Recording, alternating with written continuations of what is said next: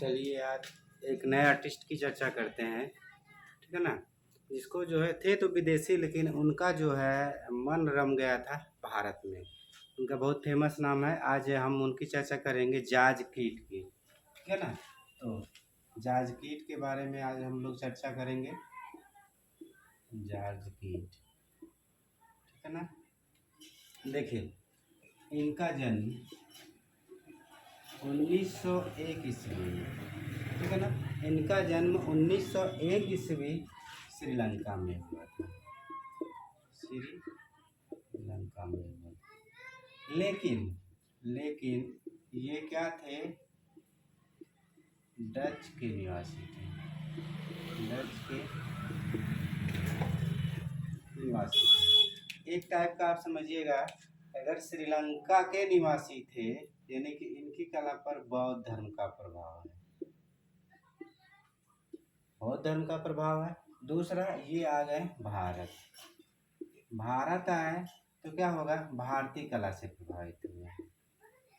भारतीय कला या कह सकते हैं हिंदू कला से क्या हुए? प्रभावित हुए, ठीक है ना। ये प्रभावित हुए, ठीक। ये मुख्यतः क्या थे? ये चित्रकार थे। इनको चित्रकार के रूप में ये प्रसिद्ध थे। इनकी कला में बौद्ध कला और हिंदू कला का समन्वय पाया जाता है। दूसरा देखिए, इन्होंने भारतीय महिला से शादी की थी। भारतीय महिला, भारती कुसुम नाम था उनका, महिला से शादी की थी, ठीक है। अगला पॉइंट देखते हैं हम लोग। अगले पॉइंट में इनको क्या कहा जाता है? भारत में इनको भविष्यवादी कलाकार कहा जाता है। भविष्यवादी कलाकार कहा जाता है। और साथ साथ इनको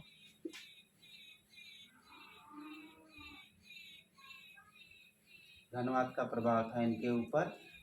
तो विश्लेषणात्मक घनवाद का प्रभाव था। विश्लेषणात्मक घनवाद का इनके ऊपर प्रभाव था, ठीक है ना। तो इतना जानते रहिए। देखिए, इनका जन्म 1901 में हुआ था श्रीलंका, लेकिन ये डच के निवासी थे। श्रीलंका के थे यानी कि बौद्ध धर्म का प्रभाव। भारत में आके जो है भारतीय कुसुम महिला से इन्होंने शादी किया, यानी कि भारतीय कला और बौद्ध कला का समन्वय इनकी कला में पाया जाता है। इसके साथ ये प्रसिद्ध क्या थे? चित्रकार के रूप में प्रसिद्ध थे, ठीक है ना। और इसके साथ ही ये इनको नव भविष्यवादी कलाकार कहा जाता है। नव भविष्यवादी कलाकार के साथ साथ इनको जो है विश्लेषणात्मक घनवाद या किसी जगह जो है क्या मिलता है? विश्लेषणात्मक या संश्लेषणात्मक घनवाद का इनके ऊपर प्रभाव था। आगे देखिए, इनके जो स्थिर चित्र होते थे, जाज कीट के जो स्थिर चित्र होते थे, स्थिर चित्र जो है पिकासो से मिलते जुलते थे, ठीक है ना। ये ऐसे स्थिर जीवन का चित्रण करते थे जैसे कि ये क्या पिकासो जी ऐसे करते थे, उस तरह का ये जो है स्थिर जीवन का ये चित्रण करते थे, ठीक है ना। एक चीज और दूसरा देखिए, ये जो है कि एक ग्रुप है श्रीलंका ग्रुप, उसका नाम है 43। इसके क्या थे? ये संस्थापक थे। संस्थापक गलत हो जाएगा, ऐसे रहेगा संस्थापक तथा, ठीक है ना।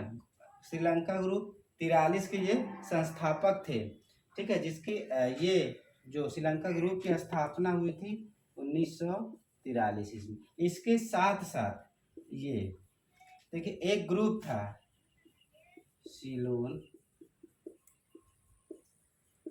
Art club, Ceylon art club था जिसके ये मेंबर बने थे 1928 ईस्वी में। ठीक है ना। अब देखिए यहाँ से इतना ही कंटेंट है, इसके बाद चित्र बचा है, चित्र अभी बता देंगे, 2-3 चित्र हैं फेमस है इनके। जॉर्ज कीट का जन्म श्रीलंका, लेकिन ये डच के निवासी थे। अगर श्रीलंका के निवासी थे तो यानी कि बौद्ध कला का प्रभाव रहा होगा इनकी कला में। लेकिन ये आ जाते हैं भारत में। भारतीय कुसुम महिला से, लड़की से शादी करते हैं तो भारतीय और बौद्ध कला का समन्वय हो जाएगा। ठीक है ना, यानी कि भारतीय कला से ये क्या थे, प्रभावित थे। ठीक है। दूसरा, ये चित्रकार के लिए जाने जाते हैं। इनको नव भविष्यवादी कलाकार कहा जाता है।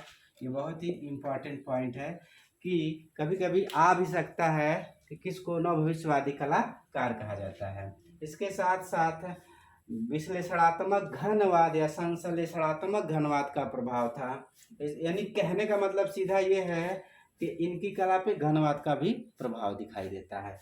दूसरा, इनके जो स्थिर जीवन के चित्र थे वो पिकासो से मिलते जुलते थे। यानी कि जैसे पिकासो जी स्थिर जीवन का चित्रण करते थे वैसे ही जॉर्ज कीट भी करते थे। श्रीलंका ग्रुप 43 की स्थापना इन्होंने 1943 ईस्वी में की थी। इसके साथ साथ ही ये श्रीलंका में सिलोन आर्ट क्लब है, इसकी स्थापना 1900 स्थापना नहीं, उस सिलोन आर्ट क्लब के ये 1928 में सदस्य बने थे। और इसके साथ साथ 1993 में इस महान कलाकार की मृत्यु हो जाती है। यानी कि 1943 में इनकी डेथ हो जाती है। इसके बाद याद रखिएगा पेंटिंग बहुत 2-3 ठो है बस फेमस है। देखिए ना, इनका जो है पेंटिंग देख लीजिए, चित्र, ठीक है ना। चित्र जो सबसे जो महत्वपूर्ण है वो भीम जरा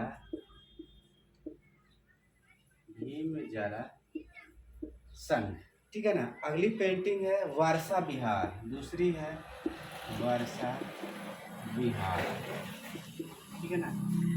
ये बहुत इंपॉर्टेंट है, ठीक है। इसके बाद एक है इनका,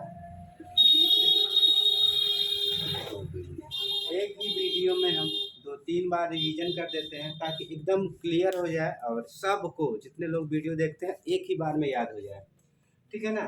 तो हमने बताया जॉर्ज कीट का जन्म 1901 ईस्वी में श्रीलंका में हुआ था, लेकिन मूलतः वो डच के निवासी थे। 1993 में इनकी डेथ हो जाती है और इन्होंने भारतीय कुसुम महिला से शादी किए थे और ये प्रसिद्ध थे चित्रकार के रूप में।